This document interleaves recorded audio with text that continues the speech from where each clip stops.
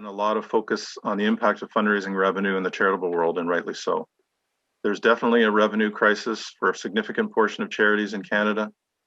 What might not have been discussed as much is the way in which a financial challenge can reveal how effectively a charity has been operating, and in particular, how well designed its donor fund management practices are.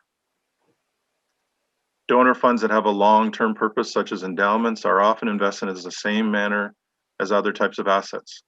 If we learned anything from the 2008 economic crisis on the management of donor funds by charities, it was that charities should have sound investment and spending policies that reflect solid risk management, and probably most important, embed donor stewardship as a fundamental principle.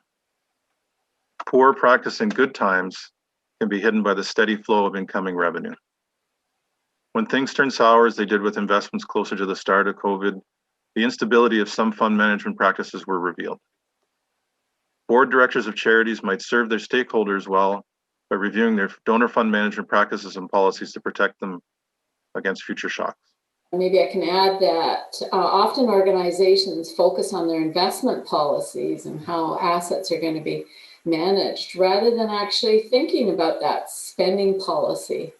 And organizations that do have a prudent spending policy that factor in inflation, volatile markets like we've seen, economic challenges like we've seen, and hold reserves for stabilization in those tough years, and then allocate out their payment to fund purposes, are usually in better shape. There is, however, pressure to spend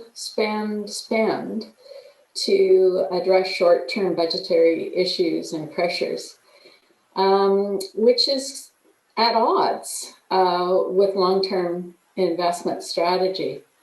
And that's where you get a lot of that conflict. Build the ark before it rains. And so really, great donor fund management, the best systems practice, as you both have mentioned, ensuring that compliance is key. And so in great times, that sets us up for when things, are not as great. And so certainly having the advancement voice at the table with senior management, we do a lot of that work, certainly within Global Philanthropic, in making sure that managing up and ensuring that the systems and best practices are actually in place.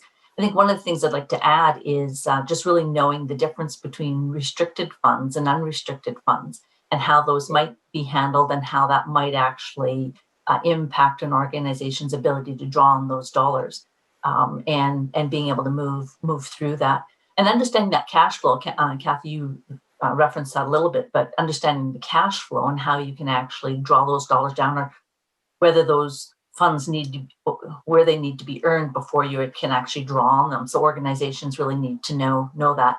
Back in 81, when those interest rates were just booming at a record high of 20%, and then seeing, 7 years later being down at 7%, certainly the paperwork that followed the restricted and unrestricted dollars would have impacted how those organizations could have drawn. So what was in the actual paperwork, as doing an audit of paperwork and historic paperwork is actually going to serve an organization well. So certainly the board's responsibility, or on the donor fund management side, doing that risk mitigation assessment continually throughout the organization, and then immediately going into scenario planning when there's external shifts in organizations. So I agree with what you're saying. There's some best practice every day, and then certainly moving to external shifts of time where we need to step up our game. And donors expect good stewardship on the funds that they donate. So that's exactly what you're saying. I agree with you. And I think that good stewardship is for the fund development officers and senior managers to know which paperwork goes and matches to support the donor intent. Mm-hmm. Yeah, great points. Over half of charities are reporting a decline in revenue, and of that decline, the average is 43%. So we're talking about a time in our lifetime that hasn't happened, not mine. So, to get back to the impact on the administration of donor funds, I think I wouldn't propose that I know the pressure that they're feeling on how to manage their funds. I'm certainly hearing anecdotally that it's intense pressure. I'm sure those charities that are fortunate enough to have reserve funds are having to use them. And you can call them rainy day funds, and the best time to use a rainy day fund is when it's pouring rain, and it's pouring. So if you're a fortunate charity to have that, you'll weather the storm. My concern is more for the ones that have not put themselves in that position over the last many years, and they're having to reduce services and offer less to their clients. And then you combine that with the perfect storm of they've had to reduce expenses and possibly downsize staffing, and then no volunteers because of the pandemic. How do they keep delivering those services to their clients that they're so passionate about? It's difficult, and I think there's a lot of best practices that all charities are going to look at when this pandemic is over, and they're going to be in better shape the next time something like this happens. And we're all here to support those charities in getting better. And I have two models in mind when I'm speaking, and I'm familiar with the community foundation model and the foundation model that exists within perhaps the health foundations and post-secondary colleges and universities. So in a community foundation model, I find that I've observed that the board members are less involved in the actual fundraising solicitation activities, a little more involved in how to give out grants, and that must be a very rewarding experience for them and a truly enjoyable part of the job. So that's one observation I've made, is that foundations and charities differ in that the boards are asked to do different things.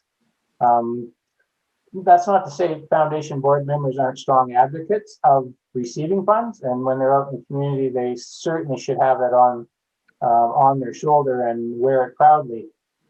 But foundations, just by nature, are a little less aggressive and proactive with fundraising. So that might be one difference, that a board would differ from a charity. Now, if you're on a charity board and you're orientated properly, you will know immediately that you are involved in fundraising, and not only are you involved to the best extent you can, you are going to give and support said charity. So there's a subtle difference, not so subtle sometimes. And then of course, if you get to donor stewardship and protecting what the intent of the donor is, there is no difference. One board is the same as the other board. It is your job as a volunteer on a board, whether foundation or not, to ensure that your organization spends the money in a way that is agreeable to the donor, on a timeline that is agreeable, and for the purpose agreed to. So similar, but subtly different. I totally agree with you, Barry, that it doesn't matter, whether you're a member of a board of trustee or a director of a foundation, a parallel foundation, or to a parent organization. They all have the fiduciary duty of care, to exercise, and their legal obligations, particularly keeping on side of trust laws. So in the case of a foundation, their duty of care is maybe more linked to, providing that financial oversight because of their obligations to maintain the trusts and wishes and support of the donors, for the betterment of the organization. Well, the institution, the parent institution, if we're looking at that model, their duty is to fulfill the purposes of providing health or education, and their direct reporting relationship often to government, in that instance, requires them to look at different metrics and things like enrollment targets and the number of patients served. So foundations separate privately contributed assets from general operating budgets and public funding of their parent organization, particularly in publicly funded organizations. you're dealing with public sector accounting practices. And so some of those staff are following those kind of practices rather than the practices associated with charities and nonprofits. So I think that's where some things can go wrong. Trustees of organizations may be informed by institutional staff, wrongly regard their privately contributed funds as available to them. Foundations are not bank accounts for their organizations, but sometimes they're viewed that way. The roles and the responsibilities of either type of board that we've been discussing are the same. I think where the differences occur sometimes are how remote one type of board or another may be from different types of activities. So a parent board may not be embedded in the fundraising activities day to day in the same way, but they do share that responsibility to maintain and grow a culture of philanthropy in the whole organization. By the same token, a parallel board may be somewhat remote from the overall strategy and decision making that's going on, which can make it difficult for them to communicate to donors the vision and mission of the core charity. I think that it's clear that where there is the existence of both, there needs to be a kind of a coming together, and it needs to be something that happens by design rather than by accident. What we've been discussing today, this is not an exercise in placing blame anywhere. These are unforeseen shocks. But one of the ways that really healthy organizations can deal well with unforeseen shocks is to, in advance, look at the ways in which they operate and do a little bit of risk planning that offers them a pathway. So finding that balance requires attention, and both types of boards would do well to look to an outside set of eyes every now and then to help them come together. I agree, Peter, and I think the duties and liabilities of directors in foundation work is crucial to understand that.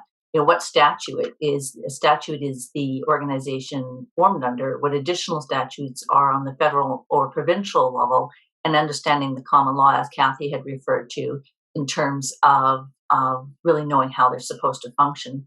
I think it's interesting also just to take it right back to the very basics in terms of foundation work. There's about 86,000 charities, registered charities in Canada, and about 10% of those are actually foundations. Maybe 75,000 are actual charities. And then the breakdown between private and public and what are the roles in that foundation, and the fact that some foundations will have foundation in their name but not be a legal foundation. And so when a director comes on, is to be able to really know what is the organization that they're representing and the obligations tied to that.